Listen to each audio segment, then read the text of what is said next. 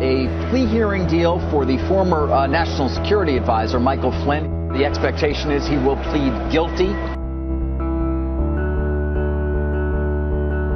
Even as special counsel Robert Mueller's Trump-Russia investigation racks up guilty pleas and cooperating witnesses, President Trump maintains a consistent line of defense.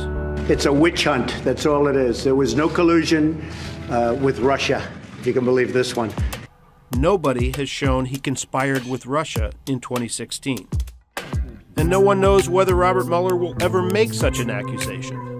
But he's getting help from Trump's former national security advisor, deputy campaign chief, and campaign foreign policy advisor, all of whom have admitted felonies. A long trail of interactions with Russians already sits in plain sight. Trump relied on Russian money long before he ran for president.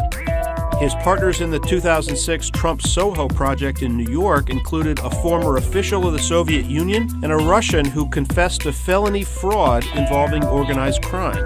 In 2008, his son Donald Trump Jr. said money was pouring in from Russia for Trump properties. The same year, a Russian oligarch paid Trump $95 million for a Florida mansion Trump bought in 2004 for less than half that price. Showcasing a family golf course in 2013, Eric Trump told a journalist that Russian sources provided financing that American banks would not. Later, Donald Trump took his Miss Universe pageant to Moscow. You have a special announcement where the Miss Universe pageant will be held this year. Go ahead. Are you ready? The Miss Universe pageant will be held at Crocus City Hall in Moscow, Russia. And he openly courted Russian President Vladimir Putin.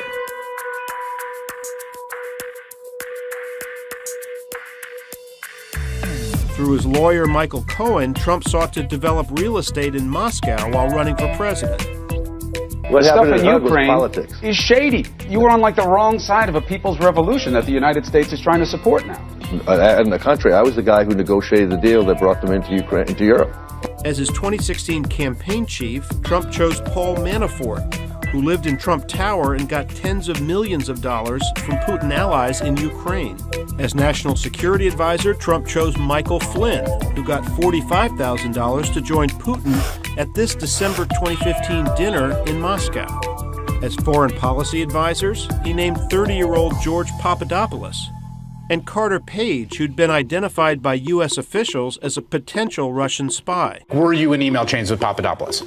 Probably a few, yeah. Were you in email chains with him about Russia? It may have come up from time to time. Again, there's nothing major, yeah. Soon after becoming a Trump advisor, Papadopoulos communicated with a professor in London who said Russians had email dirt on presidential candidate Hillary Clinton. Weeks later, Russians sent word that they had dirt on Clinton directly to Donald Trump Jr. He replied, "I love it," and arranged a June meeting at Trump Tower. Manafort and Jared Kushner joined him at that meeting with a Russian lawyer linked to the Kremlin. After that, Democratic Party emails that U.S. intelligence agencies say were stolen by Russia were publicly released by front groups. Trump publicly asked Moscow for more. Russia, if you're listening, I hope you're able to find the 30,000 emails that are missing. Then in August, Trump's friend Roger Stone predicted trouble for Clinton aide John Podesta. And weeks later, Podesta's stolen emails were also released. Throughout the campaign, Trump spoke warmly of Putin. We're going to have a great relationship with Putin and Russia. But his campaign ridiculed the idea that Russia might be interfering in the election to help him, even after Donald Jr.'s Trump Tower meeting in June. Well, it just goes to show you their exact moral compass. I mean, they'll say anything to be able to win this. I mean, I can't think of bigger lies, but that exactly goes to show you what the DNC and what the Clinton camp will do. They will lie and do anything to win. After the election, American intelligence officials declared that's exactly what Russia had done. Trump accused those officials of unfairly targeting him. Trump's vice president denied any campaign contacts with Russians. Of course not. Why would there be any contacts between the campaign?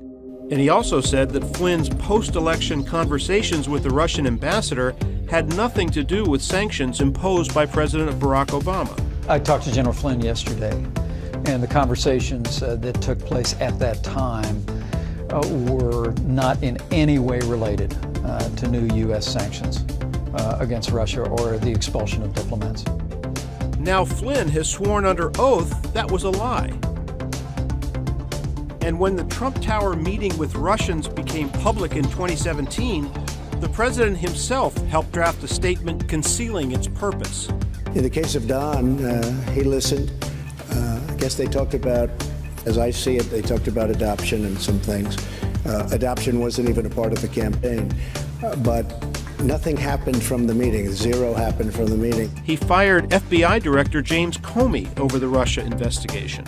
When I decided to just do it, I said to myself, I said, you know, this Russia thing with Trump and Russia is a made-up story. Then immediately told Russian diplomats that had taken the pressure off. The president hasn't directed his national security team to hit back hard at Russia with a cyber counterattack. I believe that President Putin has clearly come to the conclusion there's little price to play here. Bingo. And that therefore I can continue this activity. Yes. Will President Trump pay a price? The list of prosecution targets has drawn closer to Trump. Prosecutors have now seized evidence from Cohen, his personal lawyer. The Swiss pharmaceutical giant Novartis now admits it paid more than $1 million to Cohen's company, even though it knew Cohen wasn't helping their interests in Washington. AT&T has acknowledged paying $600,000. At both companies, executives linked to those payments have left their jobs. The company they paid is the one Cohen used to pay hush money to porn star Stormy Daniels. Who else paid Cohen's company? The investment firm Columbus Nova, run by the cousin of Russian billionaire Viktor Vekselberg, who's close to Vladimir Putin. Not only did Vekselberg attend that December 2015 dinner with Putin and Flynn, he also attended Trump's inauguration as president.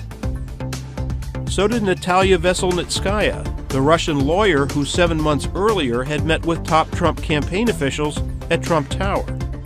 President Trump's final line of defense remains intact. He has not been charged with any crime. In congressional testimony released in May 2018, his son Donald Trump Jr. said, "I did not collude with any foreign government and did not know anyone who did." But neither Congress nor Robert Mueller has interviewed President Trump yet.